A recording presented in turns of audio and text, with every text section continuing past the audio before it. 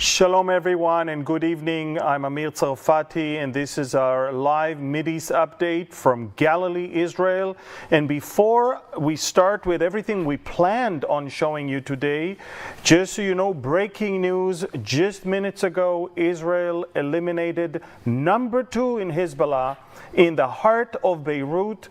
Minutes ago, I am unable to upload the video. It just came out. So you go to my Telegram, which you can clearly see up here if you don't have it, and look at the videos.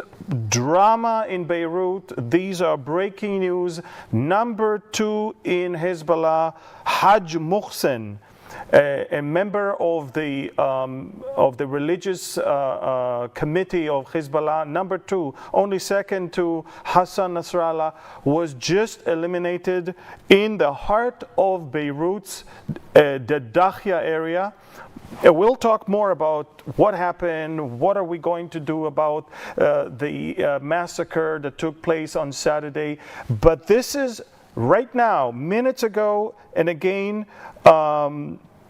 I hope this is not the end of the Israeli response to the massacre that took place on Saturday in Majd al-Sham. So before we start our Mideast update, let me start with a prayer. Father, I thank you that you are presiding over the affairs of men, that you know all things, and you basically declare the end from the beginning. And we can rest in you, knowing that you are in full control. And Father, now we ask that this Mideast update will not only inform and educate, but also bring much clarity as well as comfort to your people. We thank you and we bless you in the name of Yeshua. Amen. So shalom again, I'm Amir Tsarfati. This is our Mideast update from Galilee, from Connect. And again, breaking news, just minutes ago, Israel eliminated number 2 in Hezbollah in response to the massacre that took place just about a few days ago on Saturday. And we are going to talk about it. I was about to start with the Olympic Games and just wait for you guys to join us and then talk about the important thing, which is what happened on Saturday and the Israeli response. So again, I know there are breaking news. I know things just happen, but I want you just to try and disconnect for a minute. Go back to Friday night, to a horrific, satanic, diabolic and pagan opening ceremony of the Olympic Games, but it didn't start then.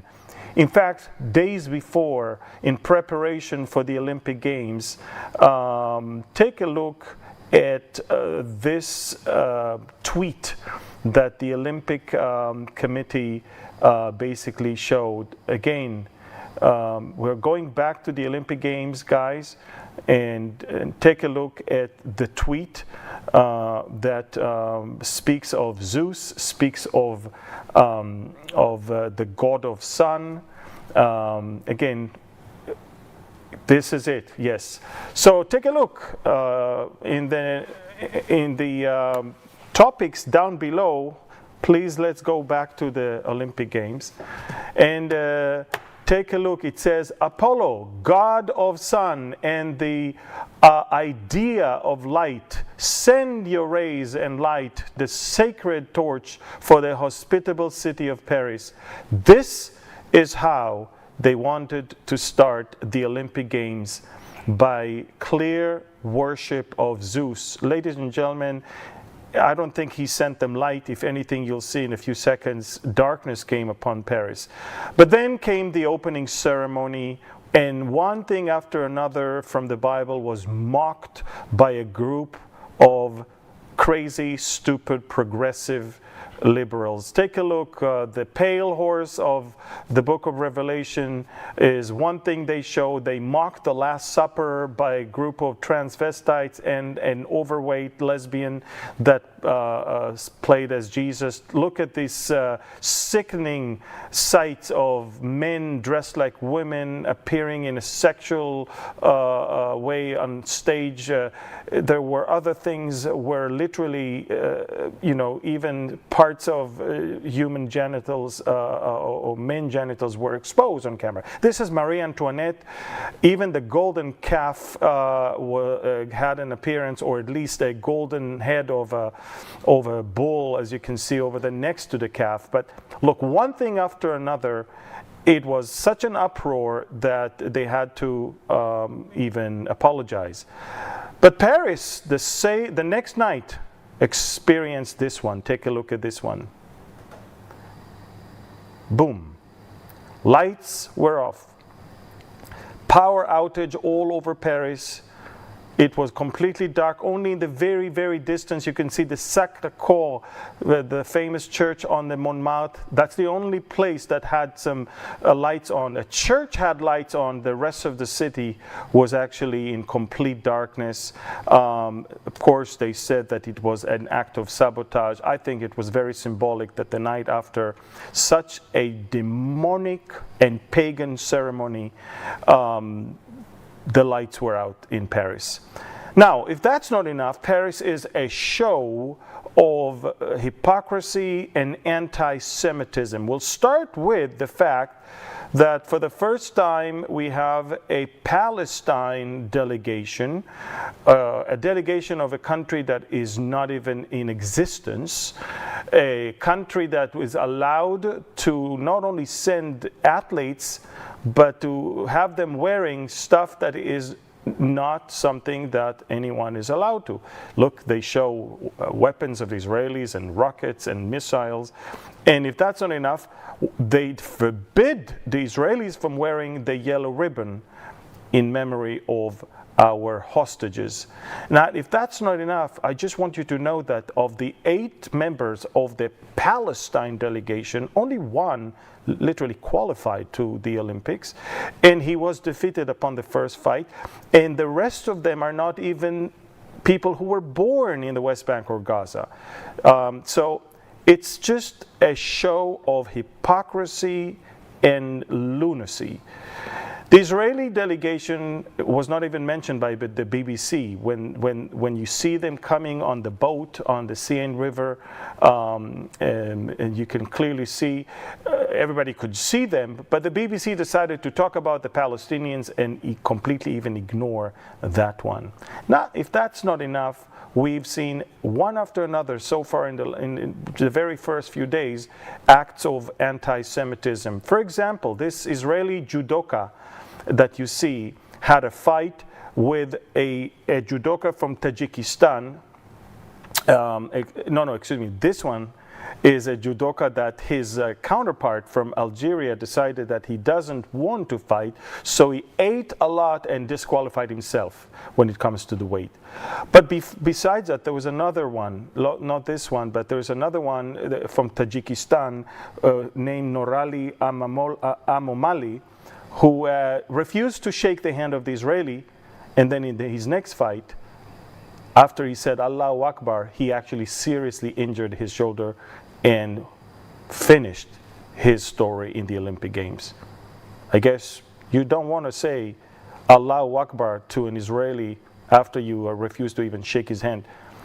Nobody even mentioned the Iranian Kurdish karate fighter who was having a dream to be in the Paris Olympics, but he was executed by the Iranian regime.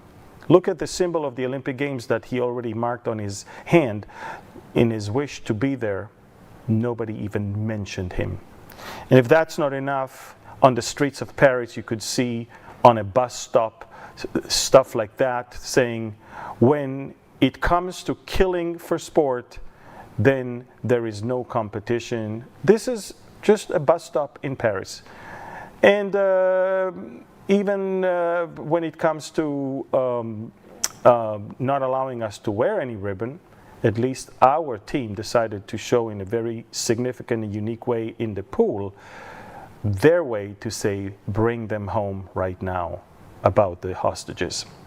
The last thing is, as you can see in the New York Post, if I don't, it was reported that in a soccer game, Heil Hitler was actually chanted by pro-Palestinians in Paris. That's the Olympic Games so far. Horrific, satanic, diabolic, pagan, anti-Semitic display, which I have no intention in watching whatsoever.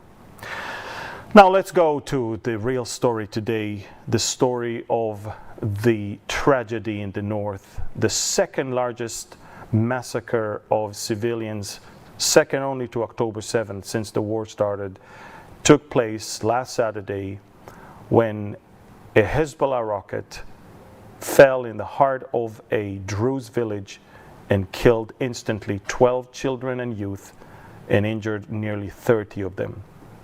And so basically we're going to try and show you what happened. Take a look at this video that emerged today from the scene.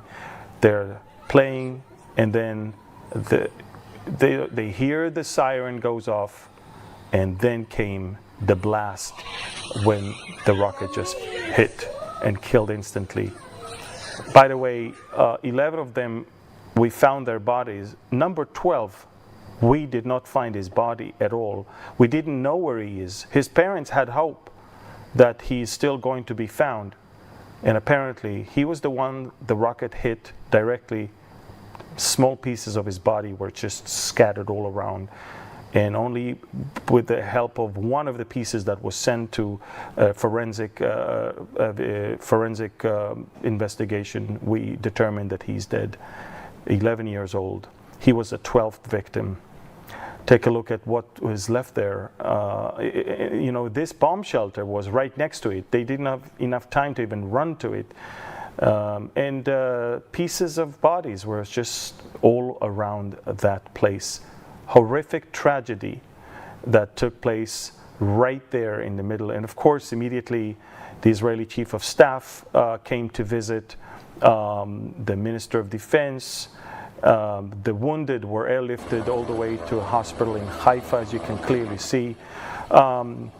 Prime Minister Netanyahu was notified while he was still in Washington, D.C., hours before he was originally supposed to fly back home. He cut short his visit. He boarded the plane that took him back. This is it.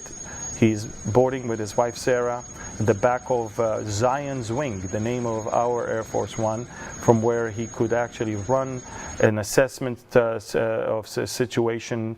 And upon his arrival, his entourage waited for him at the airport and took him straight to the headquarters of the IDF in Tel Aviv, where he held cabinet meetings already, as you can clearly see. And the results, as you can see, we already start seeing them. Number 2 in Hezbollah was just eliminated minutes ago.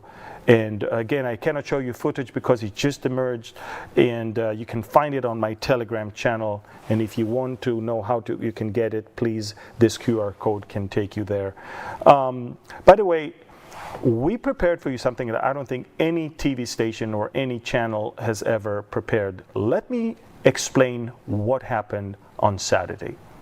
This is a 3D model of Mount Hermon and where this whole thing happened. Majd al-Shams is on the right, on the Israeli side. Shaba is the village on the Lebanese side. And a little truck showed up from the back. A launcher launched the Falak 1, Iranian-made rocket that has 50 kilograms of payload of explosive. And take a look, it was originally aiming towards an Israeli military camp, but they miscalculated and it actually landed on Majd al-Shams. Now, it's very interesting, folks, because look at what they reported in Al-Manar TV. We just launched a Falak 1 rocket towards the Israeli military base. They just forgot that they miscalculated, and that Falak 1, that heavy rocket that has a 10 kilometers range, landed in that playground. We found pieces of it that confirms exactly which type of rocket it is, and it matches the original report of Hezbollah that they did that. Now, originally they actually were very proud. Look, we launched it. And even followers and admirers of Hezbollah tweeted something like that: the largest operation by the Lebanese resistance since the beginning of the war, 14 dead and dozens injured. They were actually very, very, very excited. But then, when they realized that they hit a Druze village, the narrative changed instantly. And they say that the resistance rejects all claims of responsibility. And now that's it. We didn't do it. They even claim that it was the Iron Dome that did that. But let me tell you, Israel never shot an Iron Dome.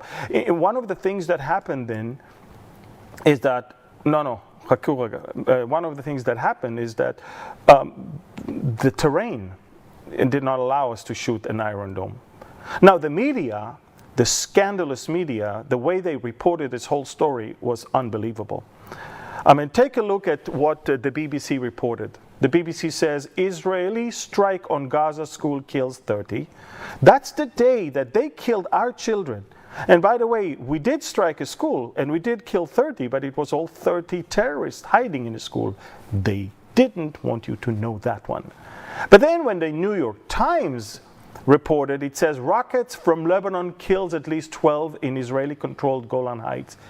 What do you mean rocket kills? Who launched it? Why wouldn't you say Hezbollah rocket killed? The worst was the Washington Post. They deceived people because they put the funeral of the Israeli children, but they actually put an article, Israel hits targets in Lebanon. So when the reader looks at the photo and read the article, he thinks that the photo is of victims that Israel actually killed in the attacks on Lebanon. Unbelievable. If that's not enough, NBC, rocket attack on town in Israeli-controlled Golan Heights, kills 11. Who killed them? So, as you can see, unbelievable, unbelievable story. And again, I want you to show you once again the 3D map. Once again, if possible, take a look at what happened. Again, they launched a 10 miles range rocket that Iran is making, Falak 1, from the back of a truck towards an Israeli headquarters of the Mount Hermon Brigade. It's called Ma'ale Golani. They thought they are going to hit the Israeli base on the mountain, but they miscalculated and aimed it right below the mountain, and they hit the Druze village. They reported even that they launched that rocket. They just forgot that they may have wanted to hit Israeli soldiers, but they actually killed civilian children and youth. That's the story. And that's what you need to know. Israel vowed to respond, and I believe that what is going on right now in Beirut as we speak is just the beginning of a wider Israeli response that just started right now, and it will most likely go beyond that. Now, how will Israel respond? You have to remember Hezbollah is basically controlling three main areas in we prepared a map for you to see where Hezbollah is in Lebanon. Take a look at this. It has southern Lebanon, of course, number one. It has the Bekaa Valley, number 2 in the northeast, and it has Beirut, number 3. Right now, as we speak, number 3 was hit. We intend to hit number 2 and number 1. Number 1 we hit every day. Number 2 is going to get hit as well. But it's not an all-out war for us, because an all-out war for us is when our troops and tanks will roll into southern Lebanon and take over and push everybody beyond the Litani River. Right now what we have is air strikes that are targeting senior members of Hezbollah. And what we did so far, we destroyed some of the air defense systems, so we can clear the area for our air campaign that must have started already. Again, we're talking about a major blast. We're talking about Haj Muhsin. He's the head of the project for a weapon on rockets precision. We know that the Americans even put $5 million bounty on his head because he was the one in charge of the killing of 200 Marines in Beirut in the 1980s, of course. Again, we're talking about the Dahya in Beirut. It was a major blast, and you can see much of it on my Telegram channel, which you can clearly see up there the QR code for. Speaking of the Israeli response, again, we will hit Hezbollah-related areas, of course, and a new player has emerged to threaten Israel if we invade into Lebanon, and that is Erdogan.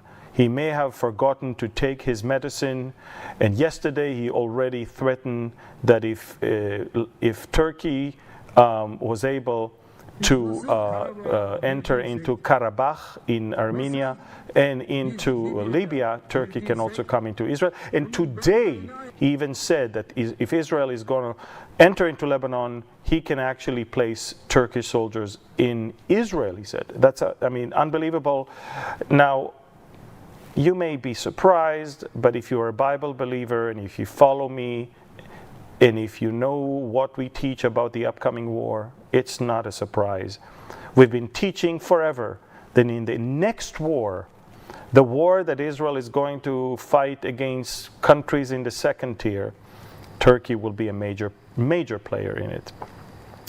By the way, Erdogan is a lunatic, is a psychopath, and take a look at how he treated a little boy. He wanted him to kiss his hand. The boy didn't, so boom, he just slapped him, and so the boy kissed his hand, as you can see. That's the guy we're dealing with, psychopath. And a short Gaza update, folks. And again, stay tuned right after this program to my Telegram, because I will let you know what happens in Beirut right now. In Gaza, as you remember, Gaza Strip, the war began there over 9.5 months ago. Take a look at the map. This is what happened there in the last few days. Gaza, as you remember, is divided to 5 zones. Israel is controlling the corridor in the center and the Philadelphia corridor along the border with Egypt. Again, the Netzarim corridor right there, and the Philadelphia corridor on the border with Egypt, as you can see.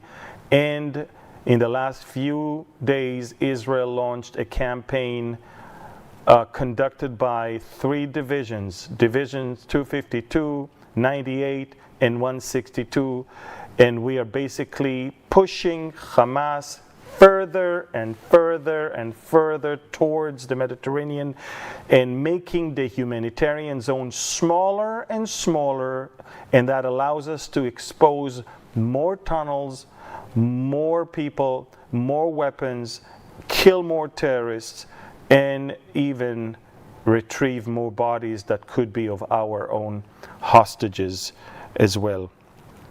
So this is it, folks. That as far as Gaza, we are wrapping up things in Gaza, moving some of the maneuvering divisions from that area to prepare for war in the north.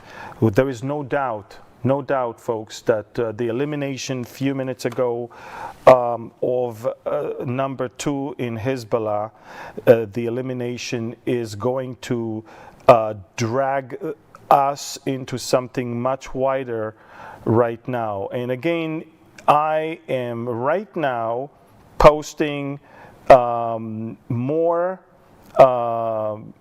of the picture of the eliminated and who he was. And folks, a very long night is ahead of me, ahead of my team, ahead of my family, ahead of my country.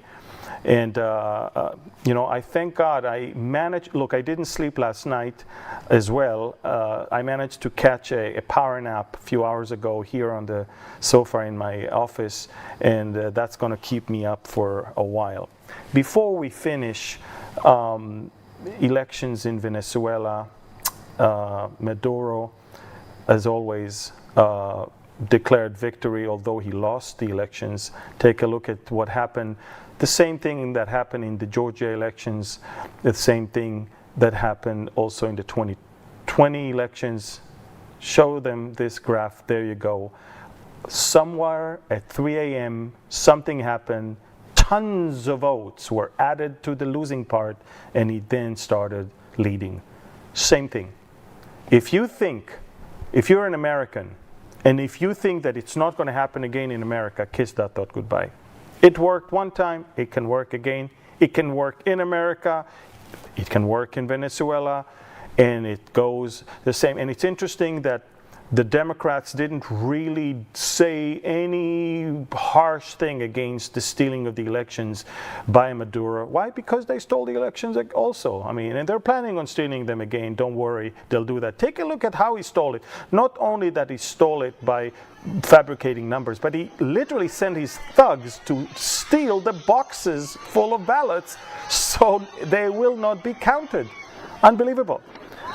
Now the people took to the streets, and they're protesting. They knocked down big statues of Hugo Chavez. As you can see, one of them is knocked down right here, but many more were knocked down. And in some towns and cities, the police and the army are changing sides. And as you can see, the people are clapping, and they're thanking them, because look, the power of Maduro is the army, the police, and the armed gangs. By the way, take a look at this armed gang leader who is telling on camera to the people that he's changing sides.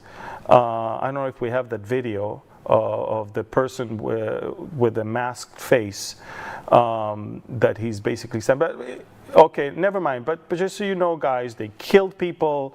They're shooting live, and it's horrific. And it's interesting. I want you to see.